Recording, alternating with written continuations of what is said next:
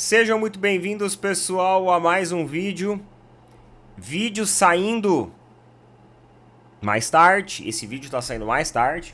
Amanhã foi corridaça. Mas estamos aqui para bater um papo e para trocar uma ideia sobre o assunto que nós gostamos tanto, que é o futebol.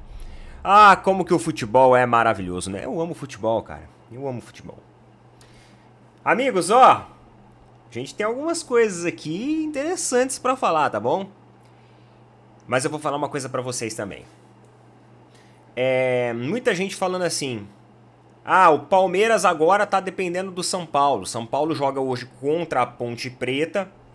E a gente precisa de uma vitória do São Paulo para que a Ponte estacione na pontuação e o Palmeiras consiga alcançar a Ponte Preta e aí depender só da gente para a classificação do Campeonato Paulista. Ah, Neto, então você vai torcer pro São Paulo vencer? Não, eu vou torcer pra Ponte perder. Mas assim, vou ser muito sincero com vocês também, eu não vou ficar torcendo pra São Paulo não, tá? Eu não vou nem ligar a televisão pra assistir jogo. Não, já falei pra vocês que eu não me simpatizo com o São Paulo Futebol Clube. Que inclusive 900 milhões em dívidas, De acordo com o apresentador dos donos da bola, o Neto, o clube já deve 3 a 4 meses de salários. Eu não acho que essa dívida, pessoal, seja de 3 a 4 meses de salários. Eu acho que é assim, direitos de imagem, entendeu? Alguma bonificação. Não acho que seja um salário propriamente dito. Porque vocês sabem, quando começa a dívida de salário, jogador hoje em dia, irmão, os caras não perdoam. Os caras não perdoam. Essa informação, ela pulveriza em todas as redes sociais, pelos 4 cantos no mundo, e vira aquele alarde. Vocês viram ali que aconteceu com os direitos de imagem do Botafogo, que acabou atrasando, e vocês acabaram vendo tudo que aconteceu. Então, eu acredito que deve ser uma questão ali de direitos de imagem, de algumas coisas que vão além do salário, não o salário em si. O salário em si deve estar em dia. Não sei. A gente também não teve nenhum posicionamento por parte do São Paulo, pelo menos até onde eu vi, sobre esse assunto. Galera, as equipes brasileiras, elas têm que cuidar de sua saúde financeira. Eu entendo que equipe de futebol não é banco, não é empresa. Eu entendo isso. O objetivo de uma equipe de futebol é o sucesso esportivo. Só que o balanço financeiro positivo é aquilo que permite com que a equipe se mantenha sempre estruturalmente qualificada e esportivamente competitiva. Não tem como você trazer jogadores de um nível maior quando você vai acumulando muitas e muitas dívidas. Ah, Neto, mas o Corinthians consegue fazer isso? O Corinthians eu não sei onde vai parar. Não sei. Mas é necessário um ponto de atenção. Você tem, por exemplo, o Atlético Mineiro também. Ninguém tá falando. Só que o Atlético Mineiro já tem mais de 1,4 bilhões em dívidas. E isso, que já teve alguns aportes ali, eles fizeram algumas manobras, alguns aportes financeiros para reduzir, porque essa dívida estava maior. Lembre que, inclusive, nós trouxemos vídeos aqui no canal falando sobre a dívida do Atlético Mineiro, que estava batendo valores recordes. Diminuiu um pouco, teve um alívio, porque os magnatas lá reduziram isso para pouco menos de 1,4 bilhões. Mas ainda assim, mano, é muito alta. É muito alta. E, amigos, por falar em abrir o olho, a CBF recebeu todas as reivindicações, todas as reclamações dos jogadores em relação a essa situação do gramado sintético. E a própria CBF assumiu a responsabilidade de fazer um estudo para observar até onde o gramado sintético pode ser prejudicial na saúde do jogador de futebol. Isso porque, com os dados e estudos que tem hoje, foi o que eu falei no vídeo de ontem. Ontem à noite eu trouxe um vídeo para falar detalhadamente um pouco da abordagem médica científica em relação a isso. Com a literatura e com estudos que você tem, esses estudos eles estão escassos e defasados. Então a CBF ela não tem um arcabouço científico para poder se embasar e bater o martelo. Então o que eles vão fazer? Eles querem pegar um somatório de 1000 horas de jogo em gramados sintéticos e observar as lesões que os jogadores que tiveram participações em gramados sintéticos sofreram nessas últimas 1000 horas de jogos. Então, com isso, eles querem observar aonde foi a lesão, como ocorreu essa lesão e fazer um estudo. Então, a CBF eles estão fazendo um levantamento com todos esses dados, com um banco de dados integrado também dos departamentos médicos das equipes de futebol, para poder estabelecer uma relação entre as duas coisas. E aí sim, nortear sobre as decisões futuras em relação a um gramado sintético versus aí o gramado natural. E cara, se for um estudo bem desenvolvido, vai ser muito interessante, porque é um estudo que falta. Hoje, faz falta na literatura. Ontem, eu abordei com vocês nos vídeos situações dentro de consultório. Relato de jogadores para médicos. Mas, um estudo científico atualizado, com dados recentes, né, minimamente recentes, a gente não tem. Então, pessoal, vamos observar quais serão as cenas dos próximos capítulos a respeito disso. José Botto concedeu uma entrevista à ESPN e ele falou de fair play financeiro. Nós comentamos agora há pouco aqui a respeito da situação aí de dívidas, atrasos salariais, e isso foi o tema ali de uma entrevista do diretor de futebol do Flamengo a respeito disso. Olha só o que ele falou sobre, vamos ver. Não existe um fair play financeiro. Temos alguns clubes que nos devem dinheiro e não pagam. Isso na Europa é impossível, pois fazíamos queixa na UEFA e havia transfer ban depois de 3 meses. Tem que se pensar nisso no Brasil. José Botto, eu concordo com você, cara. Mas aqui no Brasil tá difícil, viu? Tá difícil. Olha o número de reclamações que a gente tem a respeito do futebol brasileiro. Falta de fair play financeiro, problemas logísticos, calendário, gramado, arbitragem. Olha o tanto de problema que tem o futebol brasileiro. Então hoje nós temos diversos aspectos aqui no Brasil que a gente precisava de mais vontade por parte das confederações em melhorar isso. E sabe qual que é o maior problema, galera? É que não tá difícil melhorar. É fácil você resolver o problema da arbitragem. É só você trazer artigos, incisos, dentro ali das regras do manual de arbitragem que sejam mais claros. É só você melhorar o treinamento desses árbitros, profissionalizar a profissão árbitro de futebol. É só você utilizar tecnologias também, como por exemplo o impedimento semiautomático, que a gente vê lá na Europa funcionando tão bem. E mesmo assim, em alguns lances, né, muito ali em milímetros de diferença, ainda assim existe às vezes uma demora na verificação, mas a verificação ela vem correta. Aqui não, aqui é uma confusão. Aqui tudo para verificar vira um caos. É um punhado de jogador que se aglomera em volta do juiz. Na Europa você não vê isso. Na Europa, mano, aglomerou em volta do juiz, migão, ó, punição. Então a gente precisa corrigir aspectos culturais, comportamentais dentro de campo, estabelecer padrões melhores, profissionalizar melhor os árbitros que estão. Precisamos ter regras também no sentido financeiro, no teor financeiro, estabelecer limites para as equipes que hoje estão no vermelho, que às vezes utilizam de manobras ali e de atalhos para saírem na frente. Então tem muita coisa, José Botto, muita coisa pra gente corrigir aqui.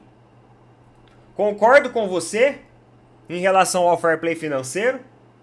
É tudo muito lento, tudo muito burocrático, nada funciona. E, lamentavelmente, eu acho que 2025 vai ser um mais do mesmo. Nós hoje estamos discutindo sobre a grama sintética. Só que com um punhado de problema na fila também esperando para serem resolvidos. Você consegue resolver tudo. Mas aí a gente precisa de um órgão, de uma instituição que trabalhe em prol do futebol.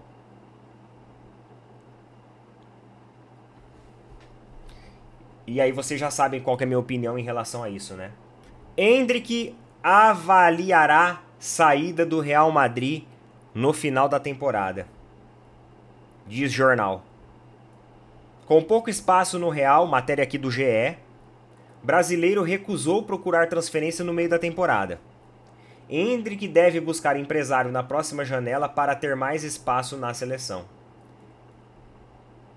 Segundo o diário AS da Espanha, o atacante brasileiro avaliará no final da temporada se continua ou não na equipe espanhola.